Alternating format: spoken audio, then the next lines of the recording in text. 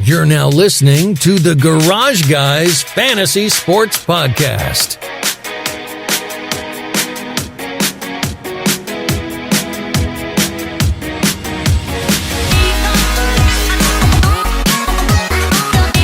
Garage fam, we are back.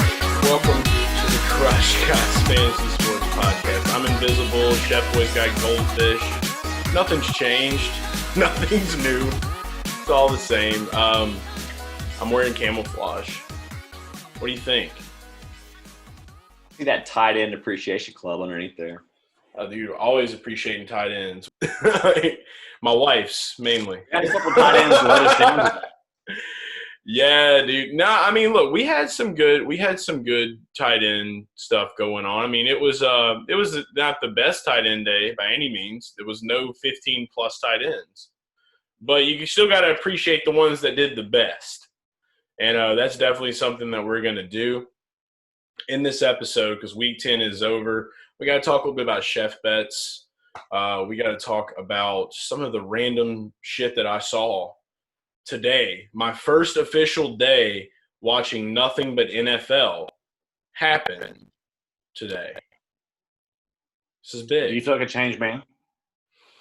I feel like I did last year, like around this time, because once the NASCAR season was over, it was just like, okay, we're here, and like my attention span with NASCAR got way away from football, and now that I'm like drilled in, I'm noticing all the shit that's going on the sidelines, the coaches, the things that are being yelled at that we can't hear, but we know they're saying like "fuck you" and stuff like that. Like I got to really see all that today. So there's a lot to talk about. Are you starting to understand why I have like the worst memory? Because I'm cramming all of this in with NASCAR every week. Yeah, I didn't want to do that. Yeah, like I'm not like, to me, like a Sunday is like a good day to like enjoy, chill. You know, like I'm sure that like when we're like at the point to where we're like hanging out like on a Sunday, we're not on like Zoom calls, and like we have like the chef kitchen room where we're just gonna literally make an industrial kitchen where we watch football games, and then like you can cook while we're betting on shit. Like it'll be a different story, you know. Probably just throwing goldfish into a pan and burning them. As fun as this sounds, like I'm usually stressing the entire Sunday. Like you should see me on a Sunday, bro. It's not enjoyable. Like I'm in front of a TV, refreshing like one page the entire time and watching another page, and like it's not like just like chugging alkaline water with Zantac and heart medication for blood pressure. Depending on the week, I probably need some more Sundays with friends, because usually Saturdays my social, like I socialize on Saturdays so that Sunday can be my day, and like in the lab and in the kitchen, right? Chef's in the kitchen on Sunday. Yeah, so always in the kitchen on Sunday, man. Chef bets, baby. So maybe I do need somebody around me on Sunday so I can relax, because I was like watching very stressfully all day today. I can't wait to get to the Ville, man. It's gonna be fun. We're gonna have a good time. But that's not the case right now. So let's go ahead and start off with chef bets from this morning. You got your stuff pulled up in front of you so that everybody that didn't get to play chef bets can know what you had. They're probably happy. I think I just had my third losing week, but we still have the Vikings tomorrow pending. So let's see. I'm pulling it up right now. We had Washington plus 4, that's a winner. Bills plus 3, that's a winner. Seahawks plus 3, that's a loser. We had the Packers and 2 teasers, so both of those are losers. So that's a 2-3 record right there. Saints Ravens, that's a loser, and Steelers Ravens. So we're sitting at 2-5 with the Vikings pending. So not the best week for the chef bets, but hey, you can't win them all, right? Yeah, dude, maybe this is because NASCAR is over and, like, all my attention was watching football. What if I'm, like, a bad omen? Now, like, what if I don't need to watch football so you can continue winning? I would buy that theory if it wasn't for the fact that if the Ravens score a touchdown, the Packers score a touchdown, we're sitting at 7-0. So we really are only like, the Packers easily should have covered 7 points. They had I'm pretty sure they gave up a Keelan Cole kickoff return, Chase. They did that. I did That see happened, that. and then the Ravens, I'm pretty sure, instead of kicking a field goal at the end of a halftime, Lamar Jackson threw a pick. So, it's a game of inches. And it was raining. That's true. This just shows you how good the bookmakers are, though. The guys that are setting these lines are usually so right that it really all. I mean, as good as I've been this season on the best bets, they're usually only off by one score. The odds, like the spreads, usually only lie within one score either way. So you know how to be that good though. You know what it takes to be that good. What? Dedication and a lot of goldfish. You gotta be hydrated, you dingus. That's why you should drink Drip Drop RS. It's the official. I mean, that could work too, but they don't pay us money. Okay. Drip Drop RS was invented to treat dehydration in the most challenging circumstances. It's used by doctors. It's used by athletes, firefighters, military members, the garage guys, NFL fans, literally players. They use it. They just don't tell you about it because Gatorade pays more, I guess. I don't know. But you can go right now to dripjob.com. Get the stuff the pros use. Use promo code GarageGuys20 at checkout. It's the best hydration on the planet, guaranteed. Garage Guy Chase certified, Chef Boy certified. Just say it so that it's not like just out of my mouth. Yeah, certified. I just literally hiked 12 miles with the Drip Drop. Literally, yeah. And if you follow him on Twitter at Chef Boy, you'll see him in all his bougie hiking gear. He really had some bougie ass hiking gear on, dude. I'm sorry, dude. It was heavy. You had the spandex working hot, dude. He was ready. It's a sweat. My brother gave me some crap for that. He's like, "Man, you have those tight pants on." I was like, "Man, that's what happens when you get Christmas gifts, man." I don't really buy clothes. I collect clothes. Yeah, it's not a bad. I mean, I'm serious. Like, I've shopped probably one time in the past 2 or 3 years. Well, look, as much shit that you'll probably get for that, at least your balls probably weren't sweaty as shit because there's no way in hell sweat could have been made in those pants. So they felt good. Yeah, and it was also probably cold at the top of a mountain. So if anybody gives you any shit, I just had to throw my shot. But at the same time, you probably wouldn't catch me hiking up a fucking mountain. So you got that going. But yeah, you had to get the drip. I like the talk there. Yeah, I had to, and I caught you at like the worst, weirdest time with that because I know that like right now inside your mind, you're just like the Pats just won, yay. The Ravens didn't win. No. Huh? How's my fit today? Is it gonna look a little better? It's not as bougie. It's chill. You're good. And the goldfish and the wine help too. So you're there. Anytime you have goldfish, everything else doesn't matter. Snack smiles back. That's it, baby. The snack that smiles back. I mean, look at me. I look like I just came out the trailer. I'm surprised. The tight end appreciation club with the camouflage really throws people off. I'm a trailer park boy. You really are. It's me. We gotta quit. We gotta talk about football. Yeah, I know. All right, let's kick it off with the early games. What was some of your like big takeaways from this early window? Because to me, it sucked the most. It's like you're used to having all the games, like a lot of games in the early window, and today it was like the opposite. So we started off like I thought that the Lions like were about to like go Falcon mode, dude, and Matt Prater saved the day. I think that'd be a good one to start off on.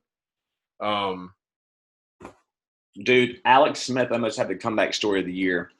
Had he would have. I mean, let's think about this, right? So they went down and they tied the game up, and then Prater killed his dreams. But that game was about to be to overtime, and Alex Smith was about to lead them to victory in overtime. So, and it's not just Alex Smith; it's Alex Smith 8.0 because he's on the 8th rendition of his brace. He goes and gets fitted. Can we talk about the fact like he should not be playing anymore? No, dude, it should be over. That dude is like RoboCopping. He's RoboCopping. When they said he's on the 8th like rendition of this brace, I'm like, what? Like, this dude's leg is not real at this point. He's the first Westworld host to be playing in the NFL. Absolutely, dude. Yeah, or like that one movie that Bruce Willis was in that tanked in the box office. What was it? Yeah. Surrogates. Yeah, there's an Alex Smith surrogate. Alex Smith is actually like gray hair and like wrinkled, and he's in his room playing football in his brain. That's what's happening. So yeah, but no, dude, I was worried, man. I had some decent lineups going today in DFS, dude. I was nervous because when McKissick was out there doing some shit, I was like, yo, like, why is J.D. McKissick like relevant right now?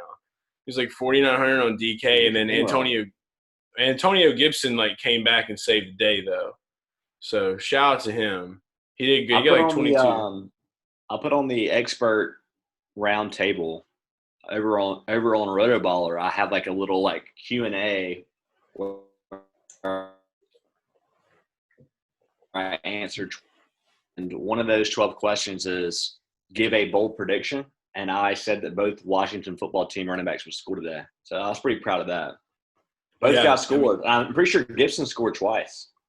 Yeah, he did. And so for anybody that wants to like talk shit and say that the Chef like sucks because he lost some money this week, like go read that shit. Think twice. I'll take it from I'm usually going to be right in like some area, whether it's betting or DFS. And my biggest problem is when I hit big on DFS, I usually have a bad betting week. When I hit on betting, that's like my biggest struggle right now is hitting that balance. But I think I'll find it with NFL because it used to be whenever I was terrible in NASCAR chase, I would crush NFL. When I was great on NASCAR, I'd do bad in NFL. So it's now that flip-flop season's over. Yeah, I can't flip-flop anymore. Yeah. Straight consistency. But I miss NASCAR at the same time. I don't want to make it sound I do too. Today was supposed to be Homestead Championship Day, but it was last week instead. The cool thing about NASCAR, and I feel like I've said this every podcast, I feel like we'll be back very soon. I mean, just think about how fast the last year's gone by with me and you and the podcast and all the new things we're doing. And 2 months from now, we'll be talking about NASCAR. Yeah. Also, if you are bored, Julia Londur, that was born in New York City, the first NASCAR race weekend in Croatia just went down. So if you're up for some Croatian NASCAR, you can check that out.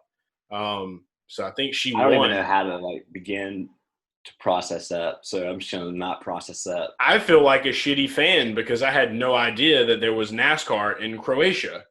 So no, don't feel bad. Those are the tryhards. We don't want to be those guys. Yeah. I watch NASCAR here in the good old US of A, and that's all I really know. So that's what we call the nerds. Yeah, nerd boy. Don't be a nerd boy, okay? Nerds. Just watch football. I will say this. I want to give a shout out to this one guy from NASCAR Twitter that like I found to be a really cool guy. That I just like. We followed each other not too long ago. His name is Dalton Good. He's like a Kyle Busch fan. He's actually from Nashville area, I think. He lives in Tennessee. He's a Panthers fan. We get into this exchange today. He was like, I'm kind of glad NASCAR is over. He was like, because this shit's stupid as fuck. Half the shit you talk about. Like, he's just like tweeting that out about NASCAR Twitter. And I'm just like, I like this guy. Like, he's saying like, I was like, you footballing? He was like, hell yeah, I'm watching football. He was like, I'm a Panthers fan. He started talking about it, and then he's like, fuck the Falcons. And I'm like, that's my guy. I'm like, so yeah, so that's cool. Shout out to him. He likes football. It's okay. There are other sports out there, guys. But back into it. Better hope that I never start paying attention to social media. I feel like I would be the God. Yeah, there's already drama. There's drama unfolding right now. I don't want to get too deep into the attention, but apparently some dude's been creeping on 17-year-old girls. That's a no-no. Don't do that. That's jail time, pal. I'm just worried about like what my like sarcastic troll self would – if I actually engaged on Twitter and I was like on social media a lot, I don't think it would be good for me and you. Well, that's the beauty of it is that we're just gonna keep working really hard. One day we'll be self-funded, and then we can just unleash, like, and just say it like it is. I mean, I say shit like it is now, but it's like there's also lines. There's too many fucking lines now, so you just gotta be chill. But it is what it is. We know we're good people, and a lot of people know we're good people. But when people do shitty stuff, it's just like you can get roasted for trying to say something right. I just don't pay attention enough on social media. That was my point. It's like It's entertaining. I don't even know that there's social drama media until I get on this podcast. Like I get on this podcast and It's like, Chase, I've been almost having a heart attack all day with betting on football. What's going on Twitter? And I'm just like, man, I've just been fucking sitting around watching football, looking at NASCAR drama. Crazy day. But you were way off of it, man. I mean, I feel like you were late on the game, so maybe you were watching football. I was watching football, dude. I told you this was my first day, like back in the action. I loved it. But yeah, away from the Detroit game, the one game I did love, and the content that followed it, and it sucks to talk about it, but if there's one likable team in the NFC South that's not the Saints, it's the Bucks. And so Tom Brady with the whipping of a lifetime. And how odd is this? The number one fantasy scorer today, outscored Alvin Kamara, is Thomas Brady himself. Went fucking berserk on the Panthers. And, like, everybody got some except for Antonio Brown. And I loved every fucking second of it. I thought Antonio Brown – did he not score, like, okay? I don't know. I don't know exactly what he did, but I didn't hear nothing about it. I think they all – I mean, I think he had like 15 points, something like that. Yeah, well, he didn't do as good as – who was it? I know Mike Evans, I think, was like the best, and then you had the 98-yard Rojo run looking like Derrick Henry. This was the perfect example, Chase, of what is probably to come for all you season-long players and for you DFS players is if he spreads it around like this, how can you really ever feel great? Of course, you might have a game where Godwin pops off or Evans pops off or Antonio Brown, but Antonio Brown had 13 points, by the way, and he had no touchdowns. I'm pretty sure all those guys that finished within, despite their differences in touchdowns and yards, like Antonio Brown might have had the most yards. They all finished within like 7 points of each other. So it's like, yeah. How do you really know? I mean, you don't know. That's the answer. Well, all I know is this: Brady, naked. Play him naked in DFS. Don't pair him with anybody, and then just hope they throw for 4 touchdowns. If they spread it all around and you play Tom Brady, you're okay. If you don't get all right, let's say you pair him with Antonio Brown today, you don't pay off your salary. No.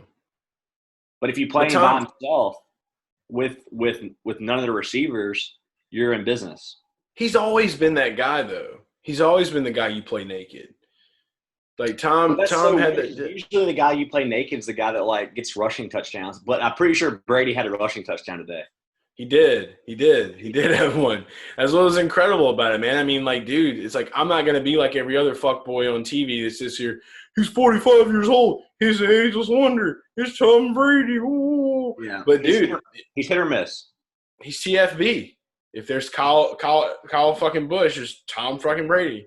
He's TFB, baby. That's it. But no, after the game, like, so there's all this hype, right? Like, obviously, like on Twitter, people were saying, "Oh, Antonio Brown's coming. You need to drop Mike Evans. Sorry, guys, drop." It was like those idiots. Like, I laughed my ass off today just because I've been waiting for the Mike Evans touchdown just to be like, you're fucking stupid if you took that advice. But he was on – they were getting ready to board the plane, and you know how he does his, like, great TikToks or whatever he does where he's after just like, win. Yeah, week 6, here we go. Hey, how's it feel to be 7-3? And then there's, like, insert random early 2000s rap song. That's I live for that, man. Which really just started like 2 or 3 years ago for Tom Brady. Yeah, literally. Like, I think somebody at the Patriots started that because, like, the most famous one was 12 method, bro. It's all about personal brand. Yeah, it's good stuff. I mean, that's just what we do. It's what everybody has podcasts do and every other shit. Like, it's just personal branding. But The most notable one that he has, I think, to date was like him and Rob walking out the tunnel. It's just like, we ain't going nowhere. We ain't. Well, today he had a rollout by Ludacris, which I thought was great. And you see Rojo just break out Derrick Henry and down the field on the Panthers. So that's always fun to watch. Teddy Bridgewater is on drugs, getting his knee fixed like Aaron Rodgers was at one time. How great would it have been to see a Teddy Bridgewater my knee moment? That would be even more electric than an Aaron Rodgers one. We're close. So close, dude. That could have happened. McCaffrey is, I guess, doing more model shoots. If Bridgewater is hurt, this team's screwed. Yeah, they're bad news. You're gonna see like Matt Rule's gonna get out there himself with his fucking bib from Baylor. I'm pretty sure their backup Chase is a guy from the XFL that was showing out in the XFL. That's great. Speaking of the XFL, you know who got a touchdown today? You know who the first tight end we're gonna appreciate is today? You wanna know his name? It's Colin Thompson. Yeah. We're going to appreciate the shit out of Colin Thompson. Colin Thompson was 2,500 on DraftKings. He settled out his day with a total of 7.7 fantasy points. That is 7.7 fantasy points more than he has ever scored. So keep that in mind. He's a perfect example of why you should not be playing these guys. No, you should be playing them. You should have one lineup where it's the tight end appreciation lineup, and you just flex out with just random tight ends that you think might could do something. And you should totally waste that money and just be down for it. But what happens, like, if he would have – all right, if he'd have scored twice, I'm in. But that's what I like – that's what I don't get about DFS people that take, like, the 1% play, and then they get one catch for one touchdown, and it's over. Like, you're not winning a tournament with that. One reception, 7 yards. Touchdown. Beautiful. Love it. It was just, dude, that's all I needed. He was from – dude, just huge story, bro. From the Tampa Bay Vipers to Carolina. Touchdown. I can't support it. Yeah, I know you can't support it. He's not in the appreciation club yet. He's not in the club. I just said it's good to appreciate when a tight end does something of notoriety. That was a very notable thing for a guy no one knows. Why don't we get some love to Mr. Hunter Henry for finally scoring? Yeah, I mean, we're going to give love to Hunter. We're going to give love to Rob. They were the two top tight ends today. They had the most points. They were a scored as well. Yeah, he was 12 fantasy points. But Hunter and Gronk were the two top boys. They're the two big boys that we're going to appreciate today. Gronk, I'm sorry. I'm upset because of Evan Ingram and Joe Dirt.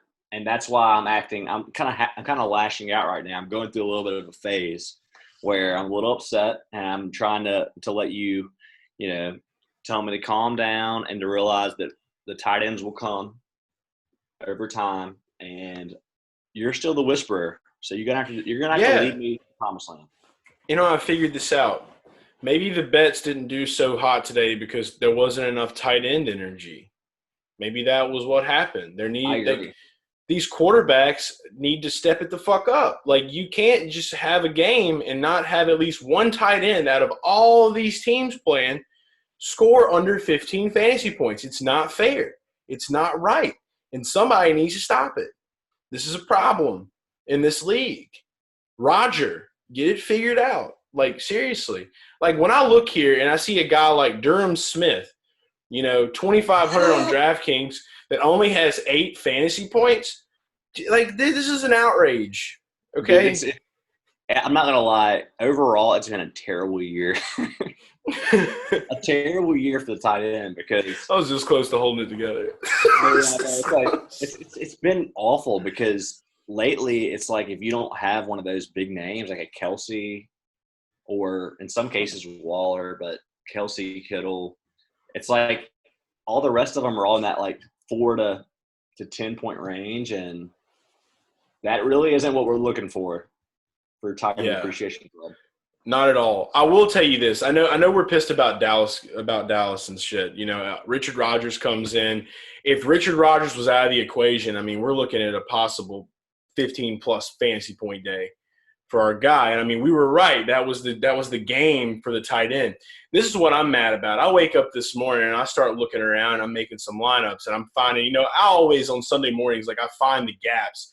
I'm like, well, where are the shit that we didn't get to cover? What's the shit we didn't get to talk about? Where's the little things? I need to put this under a microscope. I put Darren Fells in a lineup today because I'm like, this looks like a perfect game for a tight end scorer for Houston. This is the perfect game for that. Guess who gets it? Pharaoh fucking Brown. Have you ever heard his name? Now, look, I can't be mean to Pharaoh because I got to appreciate all tight ends. I took an oath. So I do appreciate Pharaoh Brown, his 10 fantasy points. However, I don't appreciate that Darren Fells didn't get that touchdown. Are those 2 targets? Are those 21 yards? Are the 2 receptions? I don't appreciate that, but I do appreciate that Pharaoh got some love because to this day, I didn't know who Pharaoh Brown was, but now I do. So I'm excited about it. Good job, Pharaoh. Sucks for me. But, yeah, I mean, honestly, I don't really think there's any other tight ends there is. It's just the energy was low today. We got to step it up in week 11, guys. I got to get with James. And I'm mad about that. James needs more love, dude. Especially, look, you got a backup tight end in there right now. Tyler Eifert don't need no 3 points. Those 3 points could have been James's points. Come on, Eifert? Yeah. That could have been James's 3 points, bro. Dude, O'Shaughnessy, I'm not going to lie. Mr. James O'Shaughnessy needs Minshew back. He does. That combination is solid because the guy that's quarterbacking for them, I don't even know his name. I don't care to learn it. He sucks. He needs to go. I don't know, man. Dude, he's actually done pretty well for what they've asked him to do. He's done pretty well, but we're big Minshew people. We're gonna stick with Minshew and we're gonna stick with O'Shaughnessy. But what really screwed O'Shaughnessy today, I don't know if you were watching Red Zone. He had a holding call, and I swear, I don't know if that led to less playing time, but it sure seemed like it. And it didn't sit well with me. Yeah, he's doing his job, dude. One holding call, get him in the game. To me, the Jags are running their best offense when they have 2 tight ends out there with James Robinson, and they're running play action stuff like that. I don't know. Absolutely. No, I agree. I agree with you 100% on that. We just the energy's it'll go up again next week. There cannot be another week where all tight ends score under 15 points. That's not real. They need to be losing though. And that's all right. I'm escaping Garage Guys and Tight End Appreciation Club. They need whether they draft a QB or not. I don't think they will. I think they're going to stick with what they got, but they need a good draft pick. Because next year, you take the good pieces they have this year and you add in, a top 5 pick, top 3 pick. Maybe they have something next year. That's all I'm saying. You take Minshew, Minshew has at least something going on. James Robinson seems like he's a top 15 back, honestly. Undrafted, dude.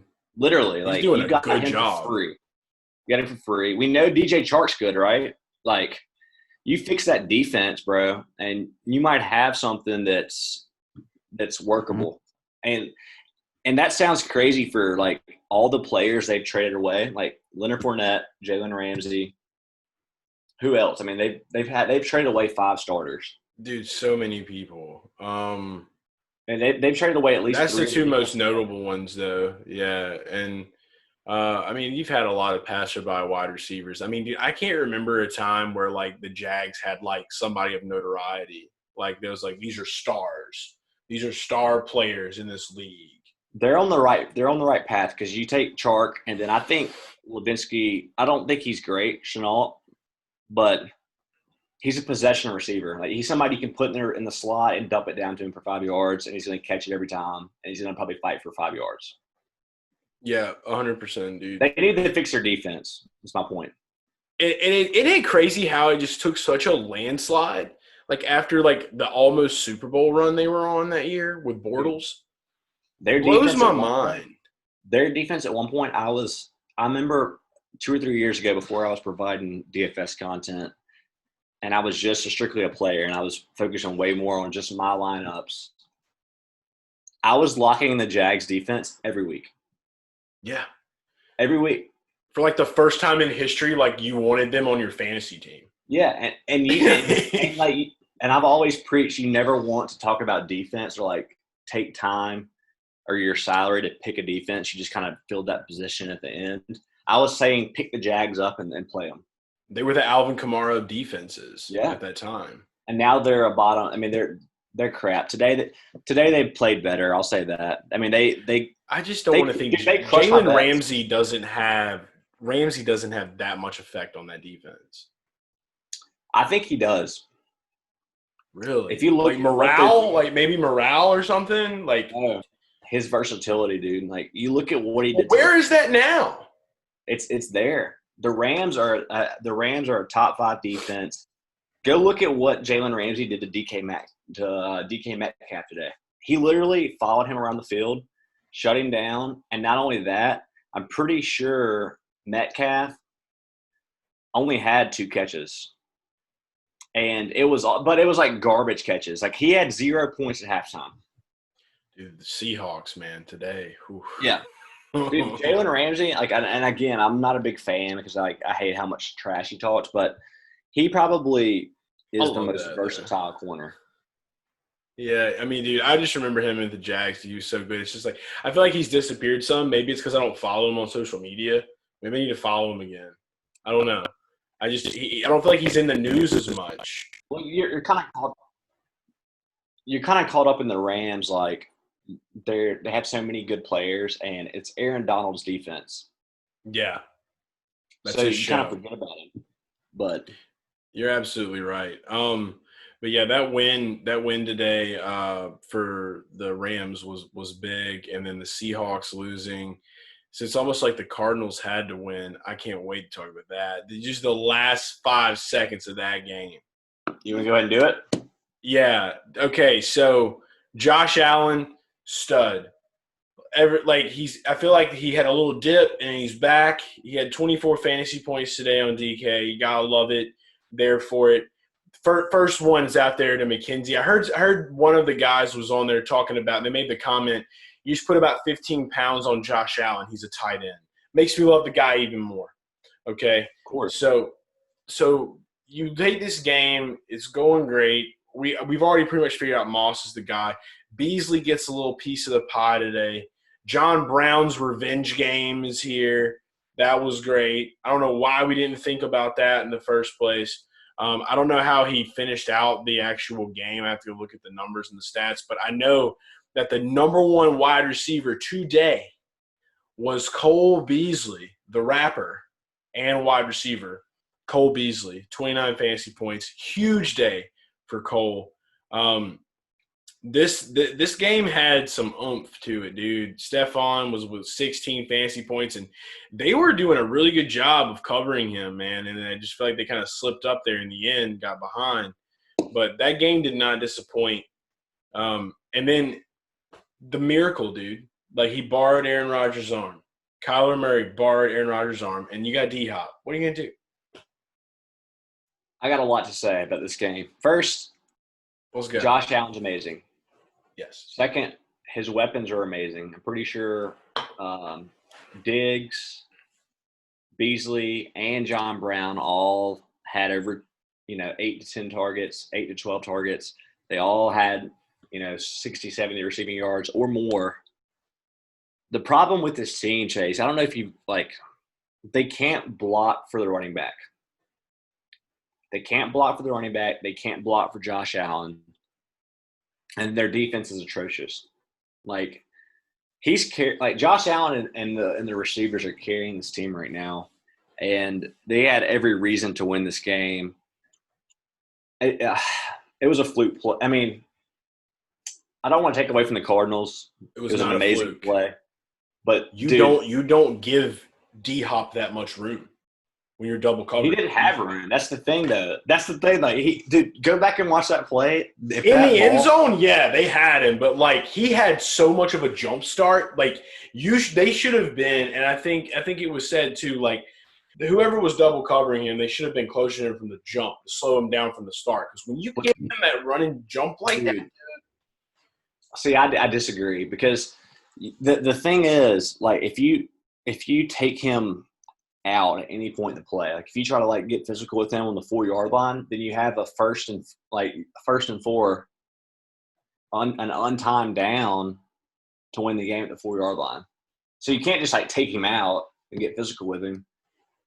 It was weird, dude. I mean, like that play, we've seen Aaron Rodgers throw it in the end zone. None of those plays have looked like that to me. Okay, is it he wrong? Out-jumped him, like, dude, it was literally like he overjumped those guys clear as day. Yeah. I mean, what do you do? Like, I don't think that was if anything, the guy that was rushing the passer has got to make the sack. Yeah, this is what I want to get to. Is it wrong to say that this play was better for Kyler than it was for D-Hop? This was more of a Kyler hero moment than it was a D-Hop hero moment? I think you can make a case for that. I think it was just amazing by both guys. Dude, Kyler, he should – like, there's no excuse for Kyler to have that much time. Like, there was no excuse for that. And that's all on McDermott, dude, because Kyler should have been down. I saw at least, like, 2 or 3 guys rushing him. Like, dude, his versatility, the way he can get out and shuffle stuff. They were making the comparisons about him and Russell I'm about to say Russell Westbrook. Him and Russell, dude, they were literally talking about those two guys, and it's like Russell Wilson and Kyler Murray have similarities, but Kyler is in a different area, dude. I feel like with the versatility, he's got more of that Lamar Jackson type of Mike Vickness than Russell does have. Russell's way more of a pure passer. I think that Kyler has a little bit more like. I don't want to say Kyler's like Vic, but he has more Vic in him than Russell Wilson. Yeah, absolutely. I mean, I don't know what it is. Like Kyler, he doesn't necessarily look for the run a lot, but you can tell when Kyler like puts the ball in Drake or Chase Edmonds' gut and he pulls it back. When he does that and he does the read option, he's going to get the first down. Yeah, I'm ready just to make the case. Like, I'm excited to see him next year just because of how he's blooming as a quarterback. Like, I really feel like Kingsbury – this year? I mean, I'm pretty sure he's QB2. He is. Like, dude, he killed it, dude. Like, I mean, today what he had 20 – he finished right under Josh Allen today in fantasy points. He's got to – if he fixes the random turnovers, he's going to be – I mean, dude, I'm ready to say this right now, like, and this might not be a hot take anymore because it's week 10, or it's about to be week 11. Yeah. Give me Kyler Murray any day of the week over Lamar Jackson. Easy. We saw that tonight. We did, but it's I've been a Lamar Jackson hater since the. And see, I'm not. I always like Lamar, man. I like exciting quarterbacks. I like him as an exciting player. I'm saying I've been a hater in the aspect of I didn't never believe in him. I never believed in him. Yeah, from I mean, you're not the only one because like all the people that were like, wow, Lamar's amazing this year, they're just like easily sliding back into their chairs. I told you guys. Well, I took my L last year. But did you? Or did they just not have him figured out yet? I took my L, but I also retreated from my L though when I said in the playoffs you're going to see him lose in the playoffs in the first round. The Titans beat him. So I want to be able to retreat from L's in life. Just anything that's ever done. You don't ever retreat from L's. I feel like you just kind of like move on to the next thing and act like I do.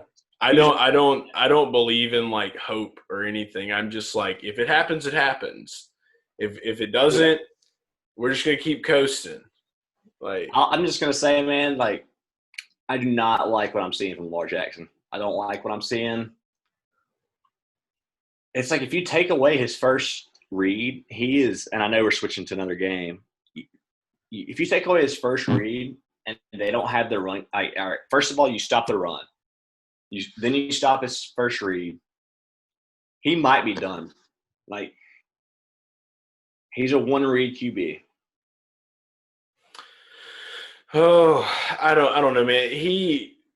Last year was great, but I will say that just from watching some highlights this year after tonight, I'm not gonna lie, I watched like till halftime But of if you this watch game. highlights, that's the problem. If you watch highlights, then you think he's great. Like, I've watched highlights of up to now, and like I've talked to Lindsay Okay's been on the show. She's a Ravens chick, and she's talked about it a lot, like how like everybody. I think she said something to the effect of like how people used to hate on Joe Flacco so bad, but and all the fans. But like now, if you like say something like logical and real about Lamar Jackson that's in a negative tone, you get like attacked. roasted and attacked. Yeah. But it's real.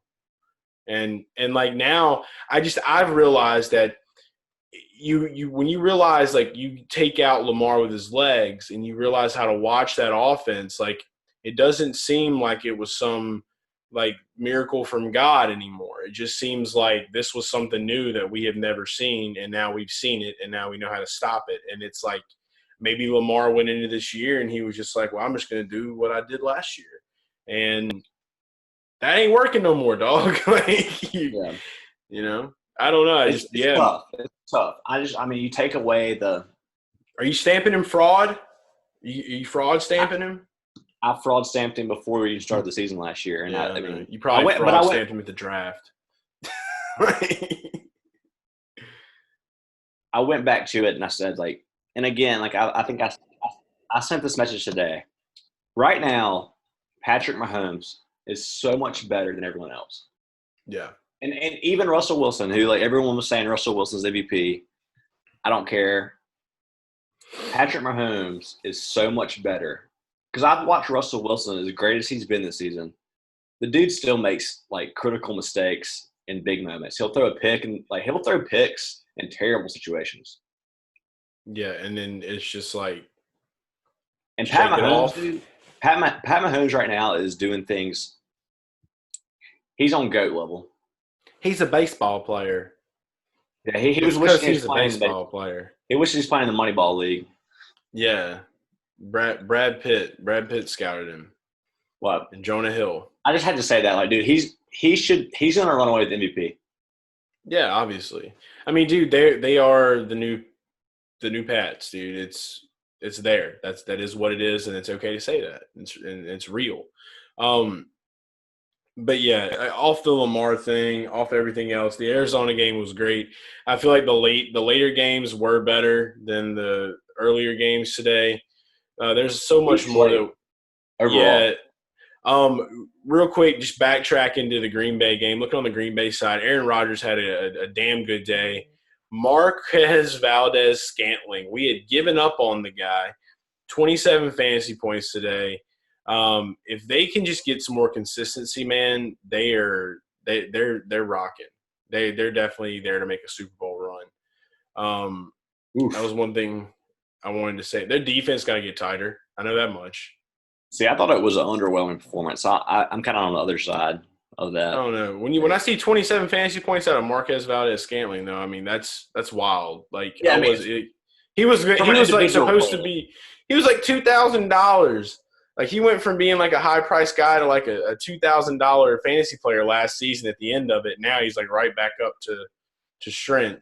Devontae Adams is arguably the number one wide receiver. I feel like just. Dude, his attitude is just immaculate. It's incredible. He didn't have a huge day, but I don't think the Valdes-Scantling thing really complicates things because there's a ton of people out there that were really looking forward to the Lizard King.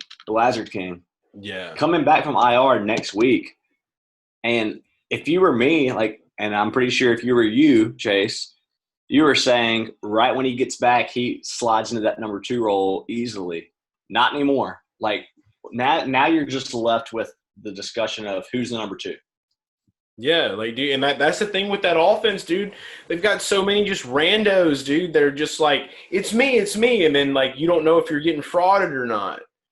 So it's like, how do you figure this out? It's like, I feel like at this point, LaFleur has beat it, dude. He's just like, he's all out of beats, dude. He don't know what the hell to do. He's just like, this dude goes the fuck off. This dude goes the fuck off. I was upset Robert Tonyan didn't go off. I wanted my Tonka Tonyan today. Talk about clutch performance, though. Like MVS, we call him MVS. Yeah, where do you come from, man? If he had not done this today, he was done, bro. Yeah, it was over. He's been so bad for 2 years. But it is against the Jags. I know. It's against the Jags. It was a bad performance from – all right, so I got to ask you something, Jace. This is more your subject, more of a garage guy subject, more off the football talk. What does Aaron Jones have on beat at LaFleur? There's some because they were playing Jamal Williams so much, they were giving him the ball the whole first half. Yeah, I don't think it's what he has on beat at LaFleur. I think it's what beat at LaFleur has on him.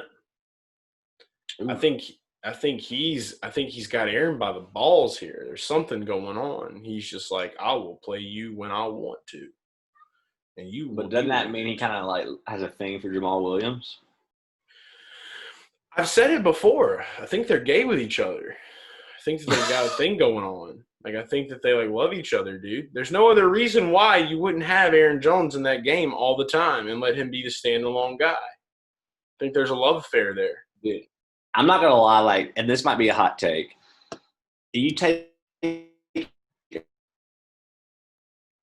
Aaron Jones, a Dalvin Cook type season? Maybe not 100. We're getting 80% of Dalvin Cook season with Aaron Jones, but why won't they make him the workhorse? That's my point. Is they will not make him. I mean, Chase, we've seen him. He won your fantasy league for you. He did it probably 4 weeks of the year last year. But why doesn't he get the chance to do it? Okay, so he did it 4 times last week, or 4 times last season. He did it. How many chances did he have to be that guy? Probably 8. He probably did it half the time. All right, look, in all logical answering, away from me doing my normal shit, I will say this: he has been injured. Maybe this is a precautionary deal. Maybe this is something that it didn't seem like that. Well, I'm just saying it's that is there. The possibility is there. Me being garage guy, it's a fucking conspiracy, and Aaron Jones should be the lead guy all the time. Jamal and B. LaFleur are beating it in the locker room together, and Aaron Jones, obviously didn't want to pull his pants down for him. So that's what's happening here. Okay? That's it. He should be. He would be Dalvin Cook. He would be more than Dalvin Cook. He would be the guy. It would be Aaron Jones and Alvin Kamara running the show. Okay? Dalvin Cook's up there, though. Dalvin Cook doesn't get me hard, man. I don't know what it is about him. He's got legs. He knows how to use them, like ZZ Top said. However, I just see a lot of ups. The way Dalvin Cook plays and his big play potential is very similar to Alvin. Not Alvin Kamara. Aaron Jones. Yeah. They have a lot of the similar. I don't know. I don't want to make this as a con to Jamal Williams because he probably would be a starter for a few teams. The Jets. I don't know, dude. I just get pissed off. I don't even have Aaron Jones in that many leagues this season. I just want to see that man be successful. Any dude that will wear a mariachi hat and a NASCAR shirt on the sideline, that's my motherfucking dude. That's Aaron Jones. That's who he is. And if you didn't know that, now you know that. Go look him up. NASCAR shirts. I went for 25 fantasy points today against the Jags. He should have had 30 against the Jags. Yeah. But you know what it is? It's just like I said on Florio. Florio put a tweet out today about how, where is Aaron Jones? It's the predictable, always predictable guy. There's always one predictable play that will just tank. And won't I'll do tell shit. you right now. I don't care who the Packers are playing in the first round of playoffs. I'll probably be against the Packers. I've seen enough to know, like, dude, I think the Packers are frauds. You think they're frauds, like frauds? Yep. You put a Like good team in front of them. frauds? And it's nothing against – I don't even think it's Aaron Rodgers' fault. I just think it's – I'll take this back. If it's against anybody like the Giants, Cowboys, if it's any of that division, the NFC worst, you know, all bets are off. But the way it's designed, I don't think they'd be playing. They'd be playing like the 3 seed or the 4 seed. I don't know where they are right now. I don't think they're frauds, but I think that they are a really good machine that has been put into overdrive, and the screws are loosening up, and at any moment they can break. I agree. I mean, they seem like their defense seems like it's one player away from being awful. I mean, it's already average. Lose a player, they're done. Their receivers are below average outside of Devontae Adams. You take one player out of that, it's probably – I mean, if Devontae Adams gets hurt, bro, it's over. Yeah. I mean, they were able to make do. I mean, that'll be good for Tonka Tanyan. I'm sure he'll be a little more relevant. He'll be a little more fantasy relevant. He'll spread it around a little bit more. It's just maybe not play Aaron Rodgers in your lineup, but play some of the other guys, and you're going to have one pop off, one not. I mean, you think, like, all right, let me ask you this. How great has Aaron Rodgers been this year? Amazing. He's been amazing. And yet, I feel like they aren't one of my favorites to win the Super Bowl. It's weird, he can't be better than what he's been. That's a weird team. I'm really thinking about it now. It's such a weird situation. Who is Matt LaFleur? Like, where has he been? What has he done? Like, I feel like I've talked you off your take because I feel like before we started this, you were saying they were a Super Bowl team. Yeah, man. Like, why you do this? Like, in the middle of a fucking podcast, I'm sitting here, like, questioning everything now. It's good, though. It's good to think. It's good to change your mind sometimes. This is when we had our biggest argument, though. Yeah, you remember? Wait, are you talking about last year? The big argument? That was the best. That went on for literally 35 minutes. You were backing the Packers. I don't even know what team I was backing. Who was I backing? I'm not a Packers guy. Like, that's what's wild about it. It was the Chiefs and the Packers. No.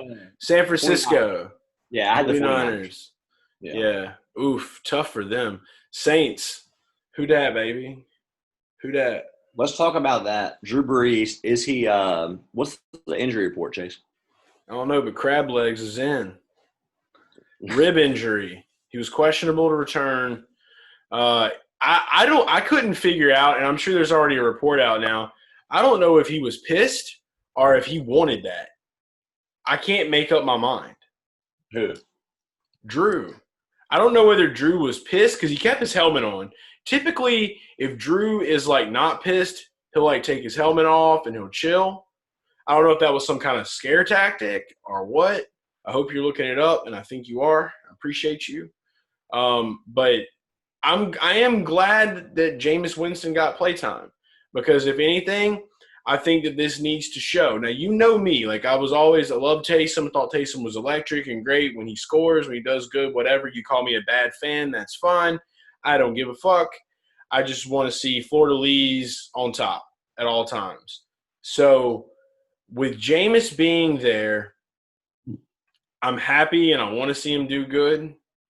But at the same time, it's like it does suck for Brees, but if you're not going to be able to do shit, then you got to go. Sorry, dog. I mean, I'm just going to say, like, what I saw. That was the laziest response I've ever given in my life. Well, the product put out there today by Jameis and company was not good. So I would want Brees back if I'm in your shoes. He need practice. He's got to figure it out. What better way to figure it out and throw him in? Dude, there's nothing you can do to break his spirit, though. I'm sorry for overstepping on your takes. It might be the best situation for, like, him for Brees to rest, like, for 4 weeks and then come back for the playoff run. Do you think he's going to be out for 4 weeks with this? Did you do any research?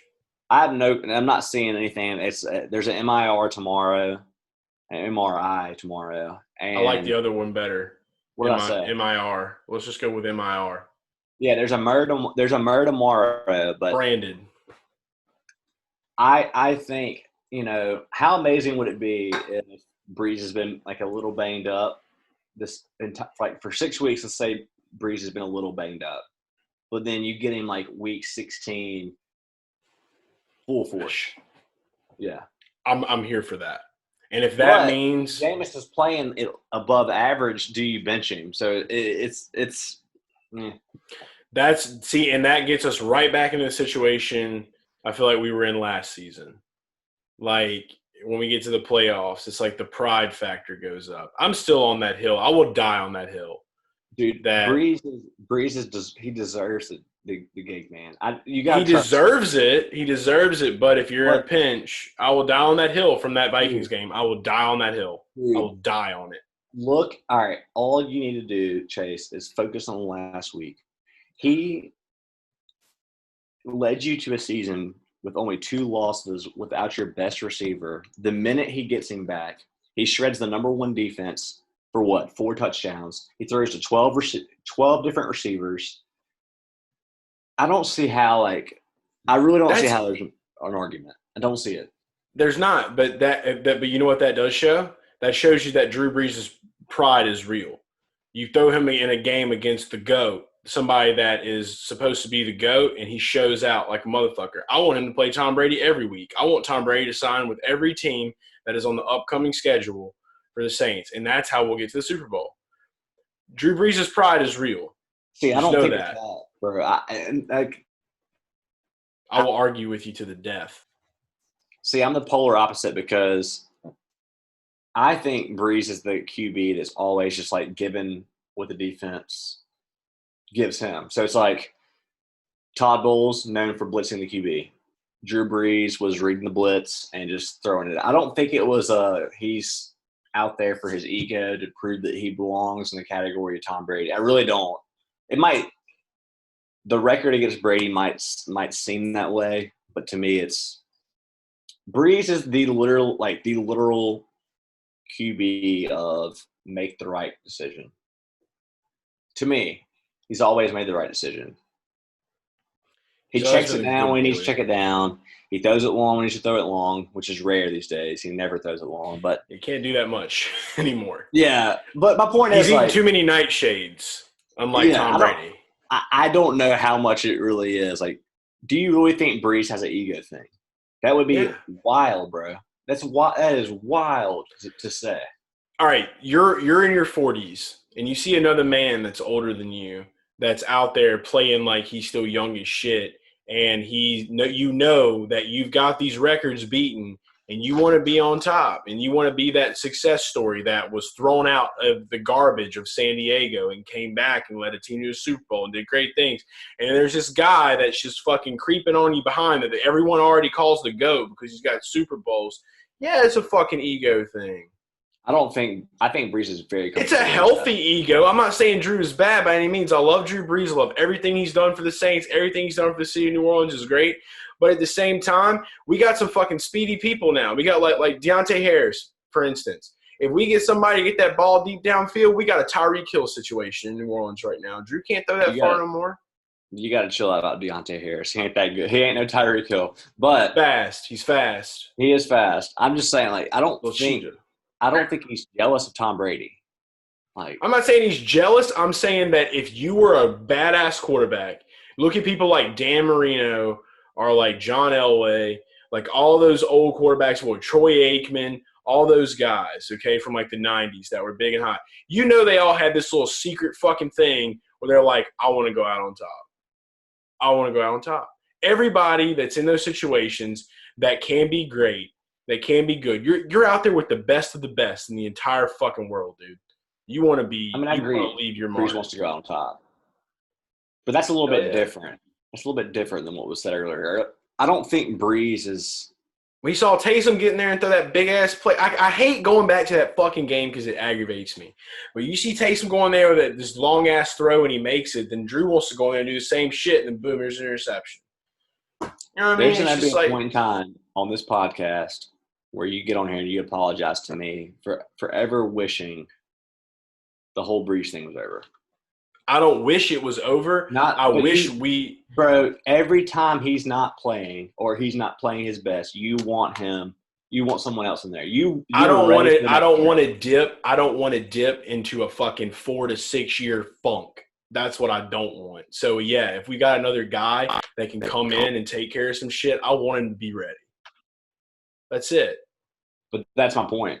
You're proving my point, right? Like, why rush it when you have Brees and you're saying, like, hurry up something that's not a proven thing. I think if they put Jameis in there right now and went with him, it might work for, like, 6 weeks, and then it's done. Give him 6 weeks. If Drew needs rest, don't overplay him. Next season, it's like – I feel like you're so eager, and some Saints fans, not all, like, are so eager for the next big thing when you have the, like, ride the wave until – and it's coming from somebody that's been there. Like, I have been there with Tom Brady.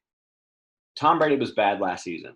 Not saying it was his fault or the offense's fault or Bill Belichick's fault or Josh McDaniels' fault. It was somebody's fault. It was someone's fault.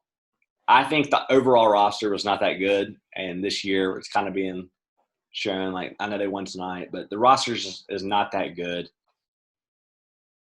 The Saints roster is stacked. You have literally the top two or top three running back and a top 2 or top 3 receiver, and you have an above average defense. You ride Drew Brees until the day he quits. Like, and it's not even a question to me. Like, you don't put somebody in there that has a career average as one of the worst touchdown interception ratios ever as a starting QB. You don't just say, like, oh, screw it, we'll throw Jameis in because he can throw a better deep ball. I just don't think you do that. We're highly emotional people, Drew, okay? Very highly emotional people. Every Saints fan I know is a very highly emotional person. So I don't think so, because I know some Saints fans that are like, they won't Breeze in there. There are people that I have never, like, hung out with a day in my life before and then get to the dome and, like, we're all just, like, vibing on this one shit. When it comes to the games that we're supposed to be good or Breeze is supposed to be good at, it's just like, and shit falls apart, you're going to get people just like, get somebody else because we have the options. But it's just like, I think that Jameis, like, I do want to see him get a little bit more playing time. Like, if you're going to put anybody in at this point, put Jameis in. Don't put Taysom in. Like, you know what I mean? Like let him get some shit going. They're going to keep Taysom in his role. I know they are. It didn't work out too hard. I don't think they're going to make Taysom like an every down player. I'm not and again, I'm taking the defense of a Drew Brees, like, fan, but I don't really care about Drew Brees. I think that's why I do all this. That's why I do this. Is just to make you a Drew Brees fan because you're. Well, I mean, I respect Drew Brees. I do. I respect him, but it's not. I think as everything I'm saying can be valid, and I still can think Jameis Winston can go win 5 games straight. I'm just saying, in the long haul, there's going to be a day, and I still firmly believe this. That you're going to be like, dude, you were right. The Saints are 7-9, and I did not appreciate what Drew Brees did. It's going to happen. No, this is the difference. I grew up through Aaron Brooks' era. I know. There. My dad's been a season ticket holder for 45 years. So I've watched him complain more than you have. I've watched it all. I'm just saying, you don't appreciate Brees enough. Well, I'm just saying that I'm here in the moment, and Drew's getting older, and he's on the TB12 diet. And I just want to make sure that we don't go back. What's the problem waiting 2 more years? Where has he led you? Like, what are you mad about? It's taking the rest. I feel like our Super Bowl shit is, like, slipping away every fucking year that Drew gets older. Just get to the playoffs and see what happens. I don't know. Maybe I'm just in the fucking Twilight Zone. Maybe I'm just so fucked from the past 3 years that my brain is just fucking fried. That's my point though. Is like, it's taking the refs screwing you guys. Like, if the refs don't screw you guys, what's the likelihood that you're on my side of the argument? Very much. I have no shame. I have no shame to say that, dude. Like, I want that fucking Super Bowl so bad. I want the 2. I want to see Drew get 2 because I know what's going to happen. I want that Cinderella story for that dude. I love Drew Brees. I love Drew Brees. I love the fuck out of Drew Brees. And I want to see him have that moment where he goes and he's like, we won, I'm retiring. This is it. I got it. I'm riding out into the sunset. I want him to have that Peyton Manning moment. All right, I got one final question for you. And answer this honestly. I will. Who do you think can rattle off 3 or 4 straight wins in the playoffs against 3 or 4 straight good defenses? Jameis Winston or Drew Brees? Depends on the defense. All right, 3 or 4 games against any defense in the league. Jameis Winston or Drew Brees? Who would I rather be starting? Just who can win 3 or 4 games straight without having a collapse? Drew. That, and to me, it's like I don't even think it's like remotely. And again, I don't have a problem with Jameis Winston. It's just if you put Jameis Winston right now on like I'm trying to think of a team that could. All right, if you put Jameis Winston on the Redskins, they're probably winning that division. Yeah, you're not wrong. Maybe not the Redskins, maybe the Washington football team. I mean, it's the NFC East. I mean, Okay, but Daniel Jones was out there looking like a franchise quarterback today. I know. My point is my point is Jameis can be a starter, and I can still be saying the things I'm saying about Drew Brees. I like Jameis. There's a lot of anger. There's a lot of hurt that I have, and it's just like I don't know what the answer is. That's the honest thing. Look, we've had this conversation now way too many times on this podcast. Yeah, we got to stop. This is the last time we're ever having it. My brain is in a blender from the last 3 years. I don't know what we need or what we know. All I know is that I want to see Brees get one more Super Bowl ring, and I want to see him stay on top for as long as he can, and that's it. But I also want to be prepared for if that doesn't happen, and I don't want to go back to Aaron Brooks' years because the quarterback wasn't experienced enough. I'm going to stop talking. I want my cake, and I want to eat it too. That's it. That's it. I think you guys are in a great position to be right back to be screwed by the refs. Fuck you. Okay, next. No, that's a good thing. That's a good thing. Like, looking at the schedules right now, Chase. I don't want to be screwed by the refs again, no, man. My point is you're going to be right back in a situation where you're probably playing at home. And I'm just saying, like, you're going to be back in the playoffs as long as you guys don't screw up. I'm confident in that, too, even with Tom Brady and with Tampa. I'm still confident in that. I would love an NFC the NFC championship to be the Bucs and the Saints. That would be epic. By the Saints beating them that second time, and what with the schedules the way they are, the Saints have the path to the bye. Like they either have the path to the bye or the number 2 seed. Because remember, we're on the new system, right? Where it's like only one team gets a bye. One team. Yeah.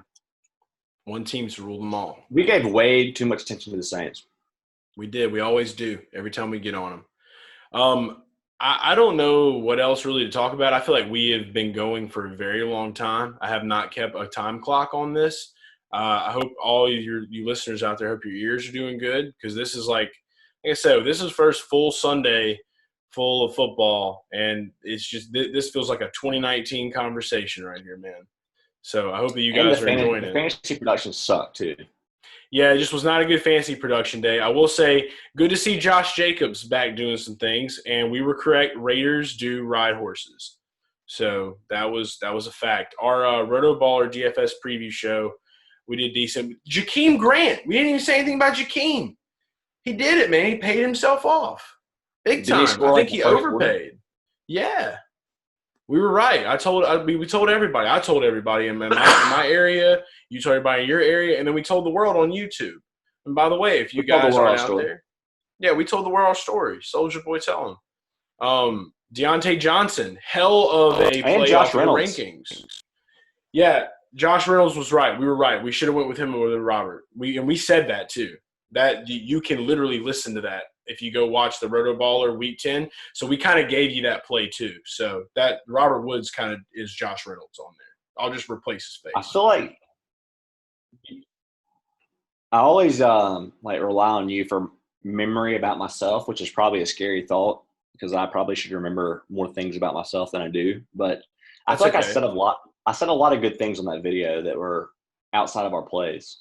that right? You did. Yeah, we gave a lot of extra options, which is why you should go watch it. And I'm going to go restudy it just so I can get clips so I can put it out and brag about what we do, because I'm that guy in this group right here. I'm the guy that overly brags. Yeah, it's not you. So somebody has to do it. Like, I can tell you right now probably half the guys we played. I can't tell you a single running back we recommended. Who do we recommend for running back? Aaron Jones and I want to say it was Aaron Jones, and we had – give me a second. Yeah, I can't remember anybody. See, my problem is once I do the video with you, and then Miles Sanders, but Boston Scott was that dude. He was okay. Boston Scott was the one. You talked about Boston Scott. You said you like Boston Scott. Really? Yeah. They only finished a point away from each other. So it doesn't really matter. But that was Boston cool. Scott's an above-average backup. Miles Sanders still is like, he's the guy. He's a little bit different. He's an all-around back. But my point is, like, by the time I do the show with you, Chase, and I do my rankings and I do my best bets, I don't remember who we talked about. Yeah, this has been the busiest NFL season for you since you got into the fantasy world of content creation. I will say that. You've taken on a lot of shit. You last year you were just doing rankings on our Patreon page, and now you're covering Rotoballer bets. You're doing rankings for premium on there. Kind of miss the old days. Yeah. Kind of miss it a little bit. I think the amount of work has been the only thing that we've added, truthfully, is the video. Yeah, you know me. Like, I love the video. But I hope all of you guys that listen love the video too. Dude, the rankings and the bets that I was doing, that I'm doing now for Rotoballer, I was doing for the Patreon page. Mm-hmm. So it's really not any different.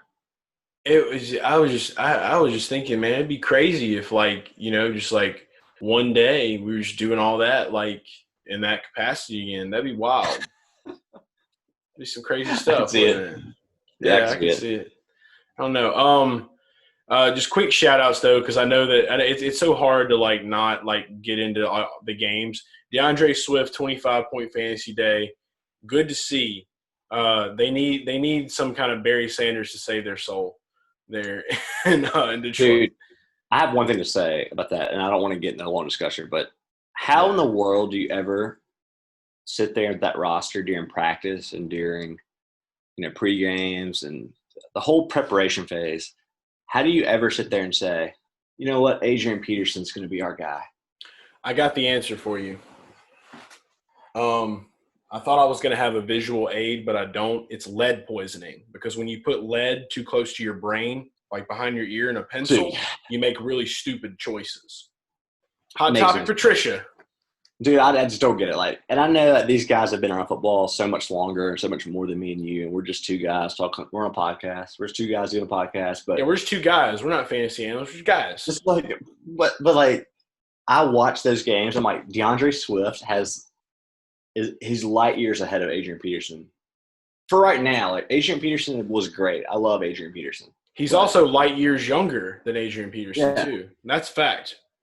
Dude, and I checked today. There was a point they got to the red zone, and there came Adrian Peterson marching in, and like, what do they like? Make him your guy and stop it. Like, if anything, I never thought I'd say this. I would be giving Kerryon Johnson carries over Adrian Peterson. Yeah, I am really upset because I want Kerryon Johnson to be a starting running back somewhere, just because his name is Kerryon, and like that's literally what he does. He carries. He's not going to be the starter if they don't give him touches.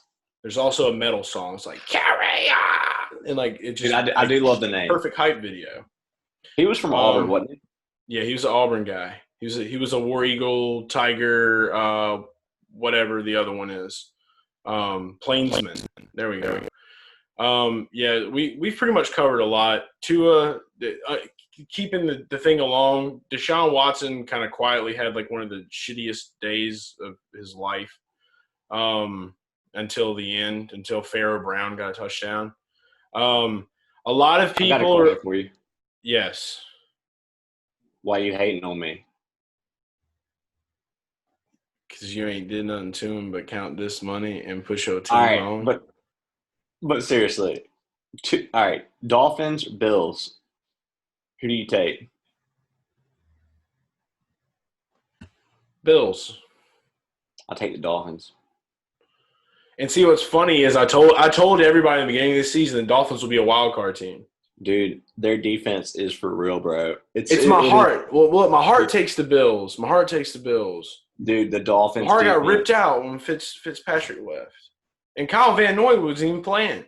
I'll say this though: if the Bills can find like 20% of their defense they had last year, they back.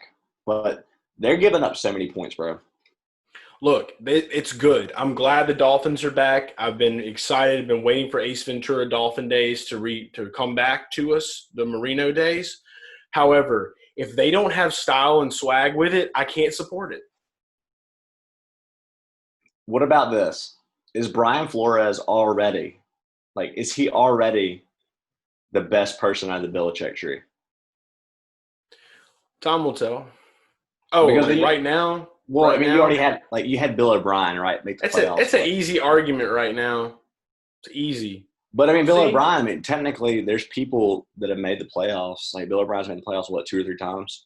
Yeah, he will get that validation immediately if he takes that team to the Super Bowl this year. Oh, they're not going to the Super Bowl, but I think he gets the validation if he takes the Dolphins and wins one playoff game, he's better than Bill O'Brien. Yeah, that's true. For now. Yeah, I just think that the Bills margin. Okay, 3 weeks ago, me and you would say the Bills are so much far ahead of the Dolphins. Right now, they're right here. So does this say that Tua is the guy? Tua is that guy? See, I think they'd be doing the same thing with Fitzpatrick. Their defense. If you've watched the games, every game the past 3 weeks, they've gotten out to an early lead because of their defense. I want to see. So basically, this is what it is.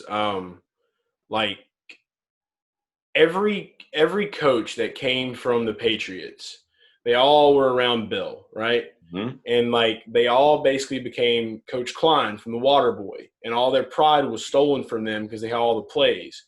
Well, this time, now Flores is Coach Klein at the Bourbon Bowl. That's what this is. He got his mojo back. So Brian Flores is evolved Coach Klein with Bobby Boucher on defense.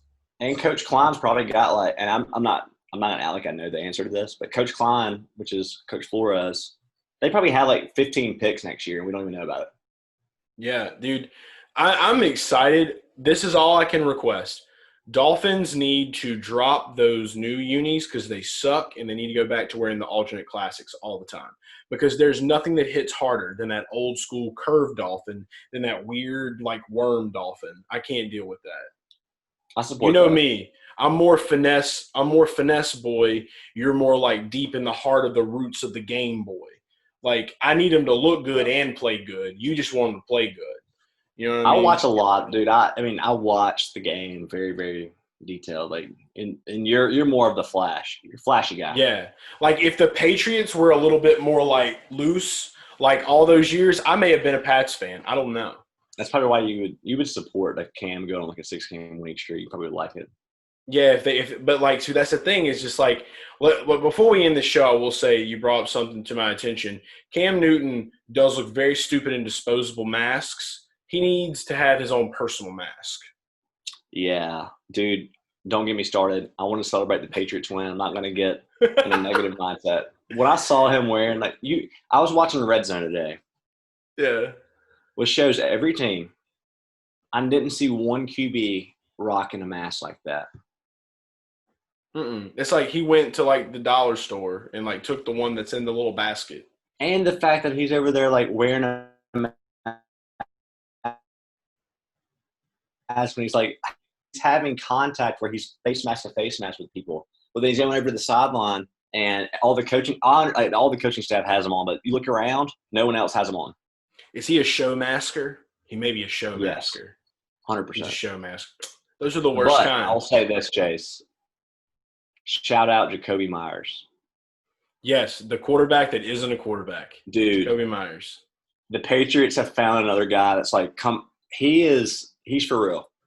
Yeah, and I would love to see that because anytime Rex Burkhead with that stash gets those scores, I'm here for it. I think that'd be a perfect way to ride this show out. I think we covered a lot. Let's end the show. All right, Is this so our that's longest it football episode of the season?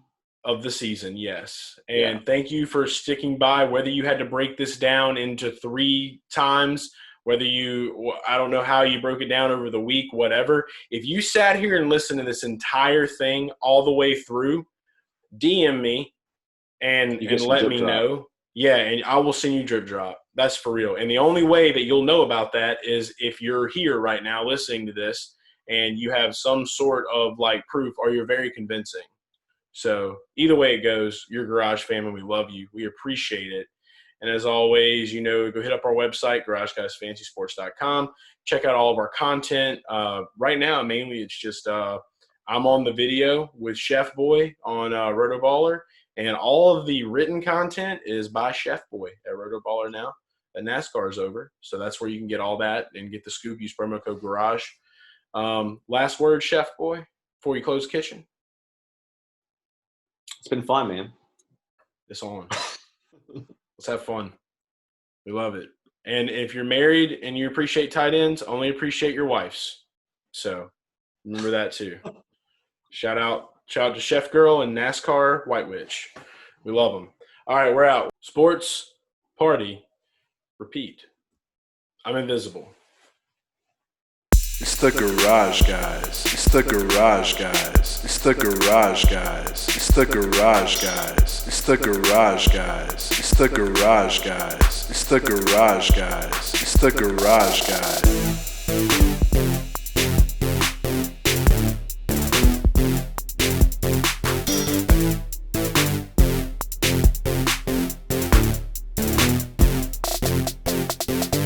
It's the Garage Guys. It's the Garage Guys. It's the Garage Guys. It's the Garage Guys. It's the Garage Guys. It's the Garage Guys. It's the Garage Guys. It's the Garage Guys.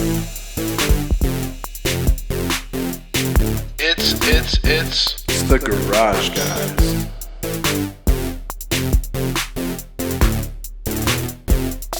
It's the Garage Guys.